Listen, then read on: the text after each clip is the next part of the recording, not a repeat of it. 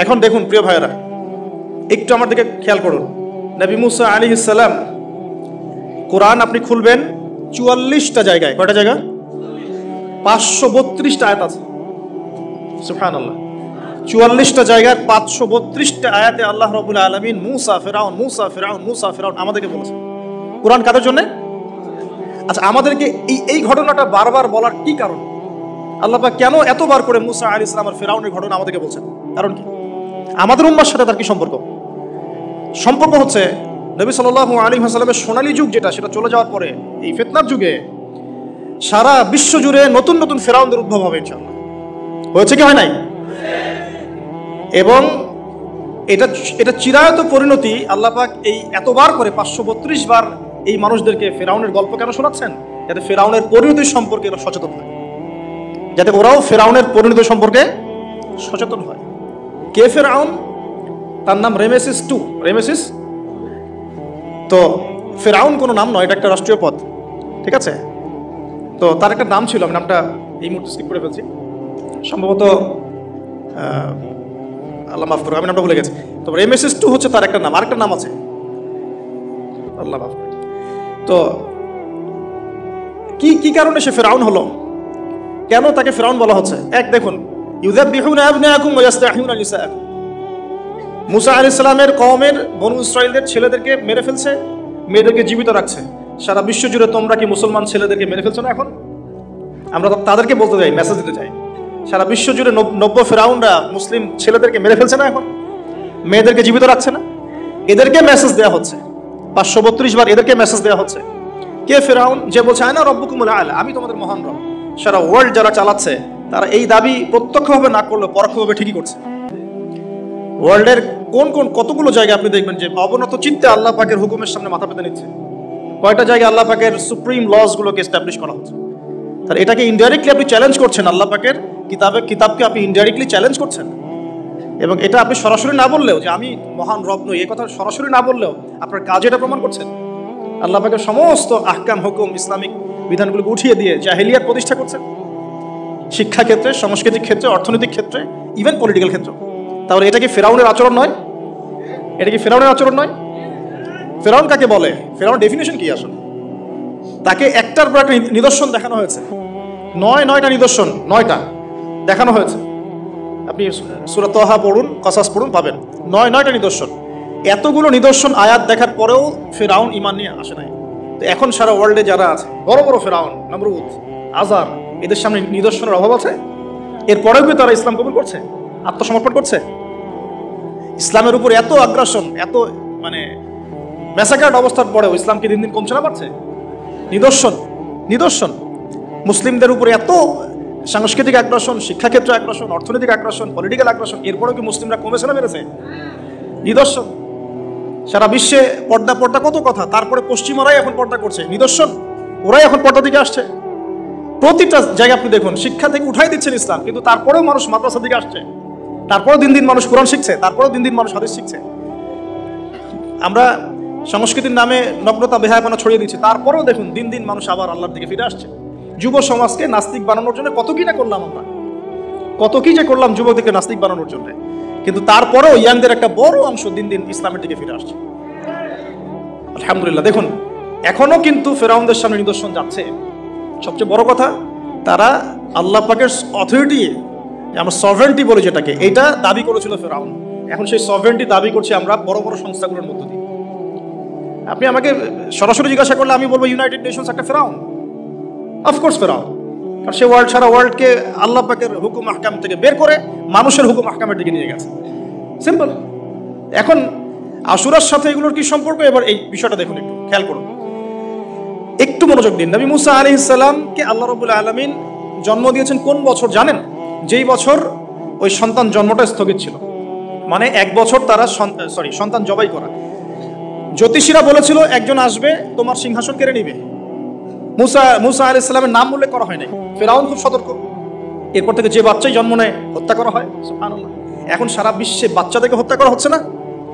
আপনি ইয়েমেনের দিকে তাকান, সিরিয়ার দিকে তাকান, লেবানন, জর্ডান দেখেন, প্যালেস্টাইনের দিকে তাকান, কতগুলো বাচ্চা, নিরীহ বাচ্চাদেরকে এত মারার পরেও আলহামদুলিল্লাহ আল্লাহ পাক ওইখানকার মাদের গর্ভে যমজ সন্তান দান করেন। দেখবেন পৃথিবীর সবচেয়ে বেশি যমজ সন্তান হয় ছেলে সন্তান প্যালেস্টাইনে। সুবহানাল্লাহ, আল্লাহ পাকে দেখেন মুসা আলাইহিস সালামকে আল্লাহ পাক জন্ম দিয়েছেন পরের বছর, মানে যে বছর জবাই করা চলছে তার পরের বছর মুসা আলাইহিস সালাম জন্ম নিয়েছেন। এবার তার মা তো ভীত সন্ত্রস্ত, কি করবেন, কিভাবে হবে, ফেরাউন জানতে পারলে তো মেরে ফেলা হবে। এখন আল্লাহ পাক তাকে ওহী করলেন। এই ওহীটা নবুয়ত না, কিন্তু মনের মধ্যে ইলহাম। এটা কি বলি? ইলহাম, যে তুমি তোমার সন্তানকে ভাসিয়ে দাও। কোথায় ভাসাবে? কোন মা পারবে বলেন তো? মারা কেটে পারবে? ও মুসা আলাইহিস সালামের মায়ের কলবটা কেঁদে উঠলো। আল্লাহ পাক বলছেন, আমি যদি তার কলবকে দৃঢ় না রাখতাম সেই কাজ করতে পারতো না। সুবহানাল্লাহ, তার অন্তরকে দৃঢ় কে রাখে? আল্লাহ। আমরা সে আল্লাহর কাছে অন্তরের কলবের দৃঢ়তা কামনা করি। এই জায়গা থেকে একটু মনোযোগ দিয়ে বুঝতে হবে, আস্তে আস্তে শেষ করে দিব। এবার আল্লাহ রাব্বুল আলামিনের শান এবং তার পরিকল্পনা দেখুন।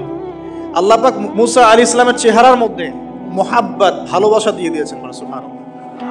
অনেক মানুষ আছে না, বাচ্চা দেখলে মোহাব্বত জাগে, ভালো লাগে, খুব আদর করতে ইচ্ছা করে। ফেরাউনের ঘরে সন্তান নাই, তার স্ত্রী পানির ঘাটে বাচ্চা চলে আসলো। বাচ্চা দেখে সে বলছে, মাশাআল্লাহ, এত চমৎকার একটা সন্তান, ফুটফুটে বাচ্চা। ফেরাউনের কাছে নিয়ে গিয়ে বলছে, একে রেখে দেই, লা তাকতুলু, তাকে হত্যা করো না, আসা ইয়ানফা'না আও নাত্তাখিযাহু ওয়ালাদা, তাকে আমরা রেখে দেই, হয়তো সে উপকারে আসবে, অথবা কোনো আমরা তাকে সন্তান হিসেবে গ্রহণ করতে পারি। তো ফেরাউন কিন্তু খুব সতর্ক ছিল। তারপরেও আল্লাহ পাক তারই ঘরে মুসা আলাইহিস সালামকে বড় করলেন। সুবহানাল্লাহ। আর মুসা আলাইহিস সালাম ফেরাউনের স্ত্রী দুধও পান করছে না। তখন মুসা আলাইহিস সালাম একজন বোন আছে, সে গিয়ে তাদেরকে খবর দিল যে আমরা কি তোমাদেরকে হাল আদুল্লুকুম আলা মান ইয়াকফুলু, এমন একজনের কথা বলবো যে মুসাকে দুধ পান করাবে, এই বাচ্চাকে দুধ পান করাবে। আল্লাহ পাকের কি কৌশল! আল্লাহ পাক ওই মায়ের কোলেই আবার মুসা আলাইহিস সালামকে ফিরিয়ে দিলেন। এদিকে মায়ের দুধ খাচ্ছে, ফেরাউনের ঘরে বড় হচ্ছে, আবার ফেরাউন একটা বড় অঙ্কের হাদিয়া তার মাকে দিচ্ছে দুধ পান করানোর জন্য। আল্লাহ পাকের পরিকল্পনা দেখেন। আমি আসলে বুঝাতে পারছি না ভাই, আমার ল্যাঙ্গুয়েজের প্রবলেমের কারণে মাফ করবেন। অনেক তথ্য মাথায় থাকলে কথা বলা টাফ হয়ে যায়। তো সুবহানাল্লাহ, আল্লাহ পাকের পরিকল্পনা দেখুন। যে নবী মুহাম্মদ সাল্লাল্লাহু আলাইহি ওয়াসাল্লামকে মক্কা থেকে তাড়িয়ে দিচ্ছে মানুষ, আল্লাহ রাব্বুল আলামিন সেই মক্কা নবীর পায়ের সামনে এনে দিলেন। সুবহানাল্লাহ, মাত্র 8 বছরের ব্যবধানে। যে বদর যুদ্ধে মুসলিমদেরকে একদম নিঃশেষ করে দেওয়ার প্ল্যান করা হয়েছে, ওই বদরেই আল্লাহ রাব্বুল আলামিন আবু জাহেলের মৃত্যু লিখে রাখলেন। যে ইউসুফকে কুয়ায় ফেলে দিল তার ভাইরা, সেই ইউসুফকে আল্লাহ পাক সেখান থেকে রাজপ্রাসাদ, সেখান থেকে কারাগার, সেখান থেকে আবার নিয়ে আসলেন মিশরের পলিটিক্যাল পাওয়ার। আল্লাহর পরিকল্পনা। যে ইয়াসরিব একসময় ইহুদিদের দাপটের জায়গা ছিল, ওই ইয়াসরিব মুসলিমদের পরতলগত করলেন আল্লাহ পাক হিজরত করিয়ে। বাদশা নাজাশী আবিসিনিয়ায়, আমি তো মালয়েশিয়াকে একটা আবিসিনিয়া মনে করি, এখানে মাশাআল্লাহ এরকম পরিবেশ আছে, শান্তিপূর্ণ ইসলামী পরিবেশ। বাদশা নাজাশীর এরকম পরিবেশ ছিল। বাদশা নাজাশী কিন্তু মুসলিম ছিল না, সে খ্রিস্টান ছিল। তারপরেও নবীজি বলতেন বাদশা নাজাশীর রাজ্যে কেউ জুলুমের শিকার হয় না, যদিও সে মুসলিম ছিল না। ওখানে ইসলাম নিয়ে গেলেন আল্লাহ পাক, ওখান থেকে পুরো আফ্রিকা ইসলাম ছড়িয়ে পড়লো। সুবহানাল্লাহ। এক খালেদ বিন ওয়ালিদ রাদিয়াল্লাহু আনহু, যার হাতে উহুদ যুদ্ধে বহু মুসলিমের প্রাণ গিয়েছে না, সেই মানুষকে আল্লাহ রাব্বুল আলামিন হেদায়েত দিয়ে 100টা যুদ্ধ করিয়েছেন। সুবহানাল্লাহ। আল্লাহ পাকের পরিকল্পনা আমরা বুঝতে পারবো না, আল্লাহ পাকের পরিকল্পনা আমরা বুঝতে পারবো না। ওয়া মাকারুল্লাহ, তারা কৌশল করে, আল্লাহ পাকের পরিকল্পনা করে।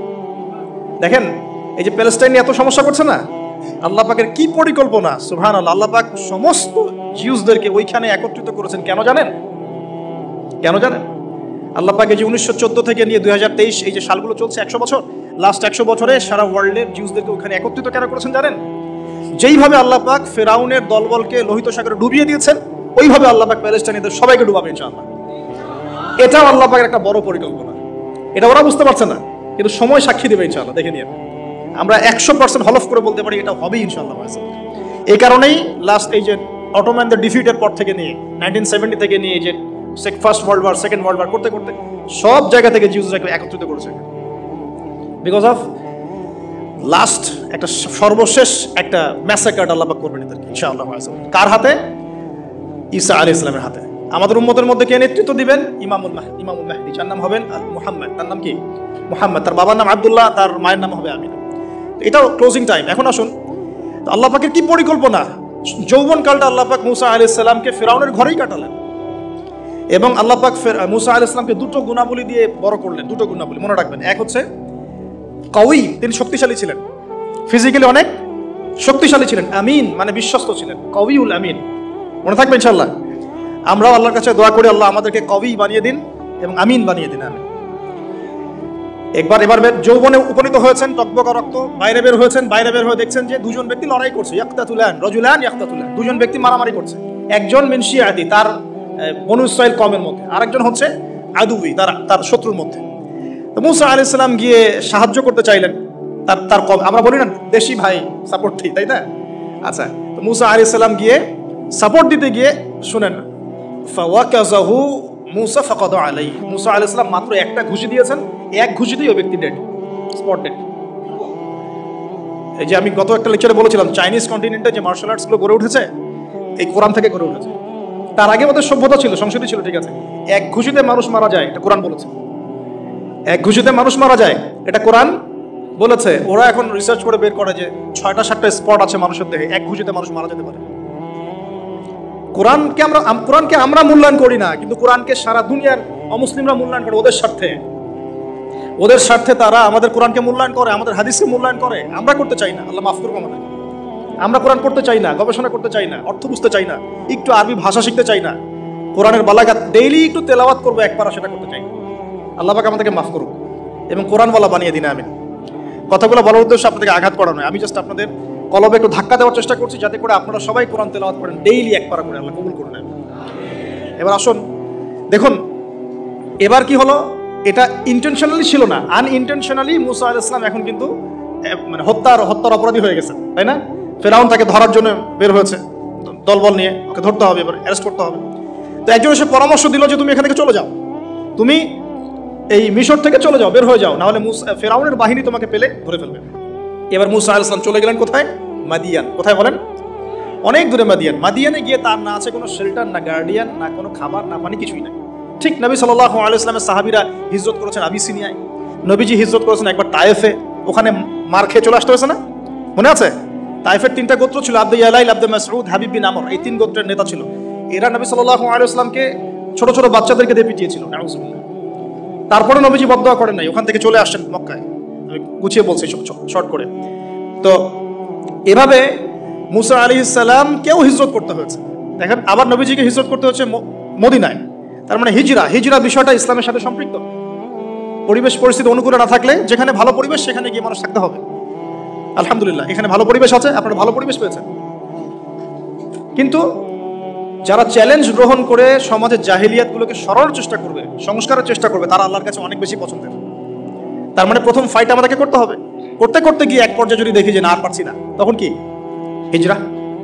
এটা মাথায় রাখতে হয়। এখন নবী সাল্লাল্লাহু আলাইহি ওয়াসাল্লামকেও করতে হচ্ছে। মুসা আলাইহিস সালাম চলে গেলেন মিশর থেকে কোথায় বলেন? মাদিয়ানে। তখন আরেকজন নবী ছিলেন, তার নাম কি? শুআয়ব আলাইহিস, মাশাআল্লাহ, শুআয়ব আলাইহিস সালাম। শুআয়ব আলাইহিস সালাম সম্পর্কে আল্লাহ পাক বলেছেন তিনি অত্যন্ত চমৎকার বাগ্মী ছিলেন, মানে তিনি নবীদের মধ্যে অনেক সুন্দর করে কথা বলতে পারতেন। সুবহানাল্লাহ, সুবহানাল্লাহ। তো শুআয়ব আলাইহিস সালামের কওমের নাম কওমে মাদিয়ান। বলে রাখি, এই কওমে মাদিয়ানকে আল্লাহ রাব্বুল আলামিন ধ্বংস করেছেন সর্বপ্রথম ভূমিকম্প দিয়ে। কি দিয়ে? পৃথিবীতে সর্বপ্রথম যে জাতিকে ভূমিকম্প দিয়ে ধ্বংস করা হয়েছে তার নাম কওমে মাদিয়ান। কেন ধ্বংস করা হয়েছে? মাপে কম দিত। কি করতো? যেটা এখনকার ওয়ার্ল্ডের ইকোনমিক সুন্নাহ। নাউজুবিল্লাহ। মানুষকে ঠকানো এখনকার ওয়ার্ল্ডের ইকোনমিক সুন্নাহ। এবং এই মানুষকে ঠকানোর জন্য ইকোনমিক সেকশনে রিবা চালু করা হয়েছে। রিবা, সব জায়গায় রিবা, এভরি সিঙ্গেল সেক্টর, যেটা under the foundation of world bank আর IMF। রিবা আছে কি নাই? আর আমরা তো রিবাটাকে এখন মনেও করি না যে মায়ের সাথে জেনা করছি, মায়ের সাথে জেনা করছি। এটাই তো হাদিসের কথা। রিবার 70 শাখা আছে পাপের, 73 শাখা আছে পাপের, সর্বনিম্ন শাখা মায়ের সাথে জেনা করা। না, তো এটা ইকোনমিক সুন্নাহ হয়ে গেছে না এখন, মানুষকে ঠকানো, মাপে কম দেওয়া, রিবা। আর আমরা তো মাশাআল্লাহ ঘুষ ছাড়া কিছু হয় না, দুর্নীতি ছাড়া হয় না, টেবিল পাসই হচ্ছে না। আল্লাহ মাফ করুক আমাদেরকে। তবে এগুলা আমাদের ইবাদতকে নষ্ট করে ফেলছে, কারণ হারাম রিজিক থাকলে ইবাদত দোয়া কবুল হয় না। আল্লাহ পাক আমাদেরকে হালাল খাওয়ার তৌফিক দান করুন। এখন প্রিয় ভাইরা, ওখানে গিয়ে কিচ্ছু নাই, নিঃস্ব অবস্থায় কি দোয়া করতে পারেন একজন মানুষ? এই দোয়াটা শিখে নেন, ইনশাআল্লাহ আপনার জীবনের সমস্ত সংকট কেটে যাবে। আমি নিজেও এই দোয়াটা বেশি বেশি করার চেষ্টা করি। দোয়াটা হচ্ছে, মুসা আলাইহিস সালাম একটা গাছের নিচে হেলান দিয়ে বসলেন, বসে দেখলেন দুজন মেয়ে দাঁড়িয়ে আছে দূরে, পানি নিতে পারছে না। লোকজন পানি নিয়ে যাচ্ছে, ওরা দাঁড়িয়ে আছে বেচারি। মুসা আলাইহিস সালাম গিয়ে বললেন, কি সমস্যা আপনাদের? এটা নিয়ে আপনারা আবার মেয়েদের সাথে কথা বলার চেষ্টা করেন, ঠিক আছে? তো মাহারাম গায়রা মাহারাম মেনে চলে। তারা বললেন যে আমাদের বাবা অনেক বৃদ্ধ মানুষ, আমরা পানি নিতে পারি না যতক্ষণ না আমাদের কম পানি নিয়ে চলে যায়। মুসা আলাইহিস সালাম একটু বললাম না, ফিজিক্যালি খুব স্ট্রং ছিলেন, থাকে না বডি বিল্ডার, সামনে গিয়ে কথা বলে সরো পানি দিতে দাও, তখন মানুষ একটু মূল্যায়ন করে না। তো মুসা আলাইহিস সালাম এভাবে পানি নিয়ে দিলেন এবং বাছুরদেরকে পানি পান করালেন, করিয়ে গাছের নিচে এসে বসে আছেন। বসে বসে তিনি দোয়া করছেন, এই যে দোয়াটা তিনি দোয়া করছেন, রব্বি, একটা নেক কাজ করলেন, নেক কাজ করলেন না, মানুষের উপকার করলেন, নেক কাজ করে এসে গাছের নিচে বসে দোয়া করছেন, আল্লাহ এখানে তো আমার খাবার পানি বাসস্থান কিছুই নাই, আমি কি করব? রব্বি ইন্নী লিমা আনজালতা ইলাইয়া মিন খায়রিন ফাকির, রব্বি ইন্নী লিমা আনজালতা ইলাইয়া মিন খায়রিন ফাকির। আবার বলেন, রব্বি ইন্নী লিমা আনজালতা ইলাইয়া মিন খায়রিন ফাকির। অর্থ হচ্ছে, হে আল্লাহ, তুমি তোমার পক্ষ থেকে আমার উপরে যে নিয়ামতগুলো দিবে, আমি এর জন্য ফকির হয়ে বসে আছি। অর্থ বুঝে পড়বেন ভাই, নামাজ রোজা হজ যাকাত যাই করেন আল্লাহর রাস্তায় অর্থ বুঝে পড়বেন। অর্থ বুঝে পড়লে আপনার ইবাদতের স্বাদ পাবেন, তৃপ্তি পাবেন, আল্লাহর সাথে কানেকশন হবে, আল্লাহর নূর পাবেন, মারিফত পাবেন, সত্য স্বপ্নও দেখবেন তখন ইনশাআল্লাহ। তখন শুয়ে শুয়ে সত্য স্বপ্ন দেখবেন ইনশাআল্লাহ। আল্লাহ পাক তৌফিক দান করেন। এবার আল্লাহ পাকের সাহায্য নেমে আসলো, ওই দুই মেয়ের মধ্যে একজন হেঁটে হেঁটে চলে আসে। এবার এই মেয়ের হাঁটা সম্পর্কেও কোরআন কথা বলেছে, সুবহানাল্লাহ। এই মেয়ে কিভাবে হেঁটে এসেছে এই হাঁটার বর্ণনাও কোরআন দিয়েছে। কোরআন বলেছে এই মেয়ে হেঁটে আসছে লাজুক পায়ে। কি পায়ে? এখন আপনি এই পুরো ওয়ার্ল্ডের মেয়েদের হাঁটা দেখেন, লজ্জা আছে? তাহলে মেয়েদের সাথে লজ্জা একটা গভীর সম্পর্ক আছে।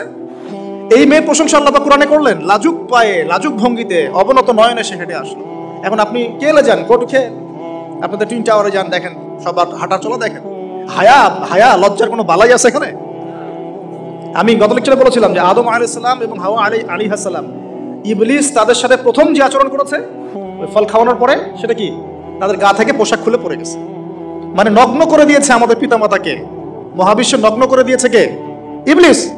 তো এখন এই পৃথিবীতে আমরা যারা নগ্নতার চর্চা করছি তার কার এজেন্ট আমরা বুঝতে বাকি আছে? আমার কথা কি বুঝতে পারছেন কিনা?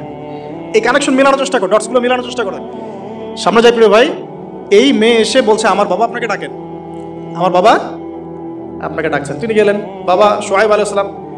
তখন এক বোন ইনডাইরেক্টলি বাবাকে বোঝাচ্ছে যে বিয়ে শাদী দিলে ভালো হয়।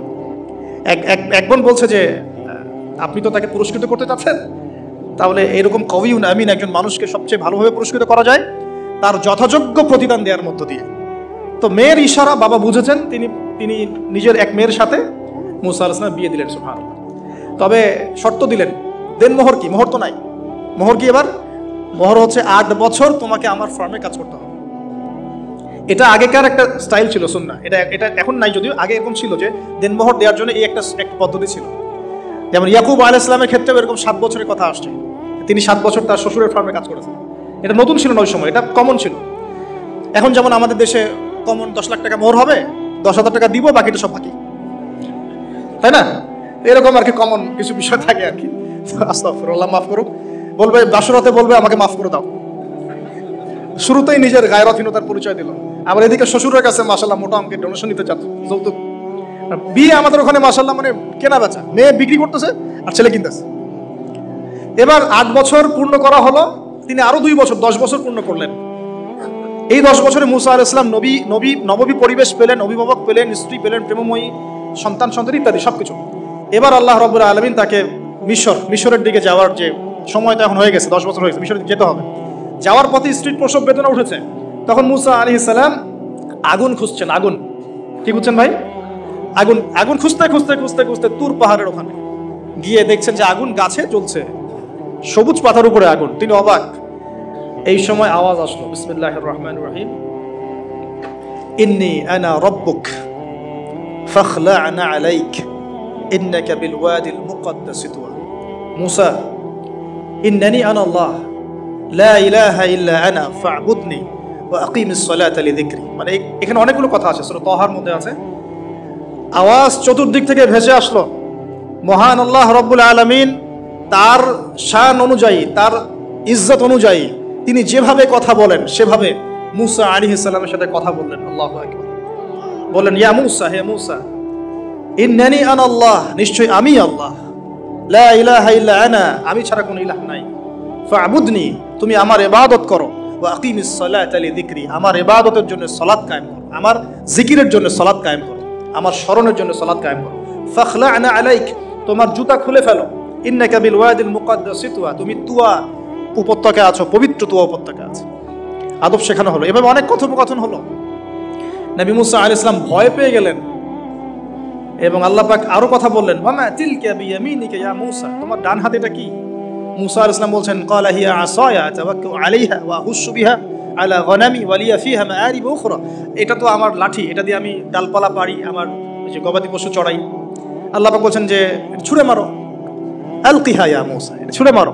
ফালকাহা, তিনি ছুঁড়ে মারলেন, ফাইদা হিয়া হাইয়াতুন তাসা, এবং এটা ছোটাছুটি শুরু করলো, বড় একটা সাপ হয়ে গেল। সুবহানাল্লাহ, এগুলো কোনো গাল গল্প নয়, এগুলো আল্লাহ রাব্বুল আলামিনের মুজিজা, মুজিজাতুল কুবরা, এটা বড় মুজিজা।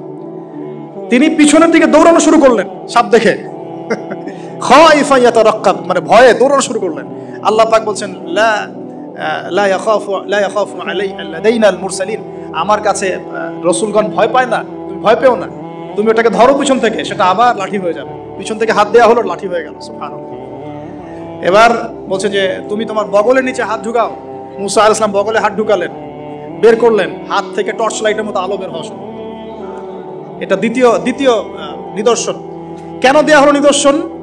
এবার আল্লাহ পাক তার দায়িত্বটাকে বলছেন, তোমাকে নিদর্শনগুলো কেন দিলাম, তোমাকে মনোনীত কেন করলাম, কেন তোমাকে মনোনীত করলাম মুসা, তোমার কাজটা কি? তোমার কাজ এখন এটা, ইযহাব ইলা ফিরআউনা ইন্নাহু তাগা, তুমি ফিরআউনের কাছে যাও। ফিরআউন সীমা লঙ্ঘন করেছে, মনে আছে ফিরআউনের কথা? সীমা লঙ্ঘন করেছে। তখন মুসা আলাইহিস সালাম তার অপারগতা প্রকাশ করছেন এভাবে, তিনি বলছেন, আল্লাহ আমার তো জিহ্বার জড়তা আছে, আর আমি তো ওখানে এক ব্যক্তি, আমার খুনের অভিযোগ আমার কাঁধে, আমি এখন কিভাবে কি করবো আল্লাহ? তখন আল্লাহ রাব্বুল আলামিন বলছেন, এই দোয়াটা করো। কোন দোয়া? মুসা আলাইহিস সালাম করলেন, রব্বি ইশরাহ লি সাদরি, হে আল্লাহ আমার বক্ষ প্রশস্ত করো, ওয়া ইয়াসসির লি আমরি, আমার কাজকে সহজ করে দাও, ওয়াহলিল উকদাতাম মিন লিসানি, আমার জিহ্বার সমস্ত জড়তা দূর করে দাও, ইয়াফকাহু কাওলি, যাতে মানুষ আমার কথা বুঝতে পারে। আর আমার সাথে আমার পরিবারের মধ্য থেকে ওয়াজআলনি ওয়াজিরাম মিন আহলি, আমার পরিবারের মধ্যে একজন ওজির আমাকে দাও, সাথী। হারুন আখি, আমার ভাই হারুনকে দান করো। সুবহানাল্লাহ।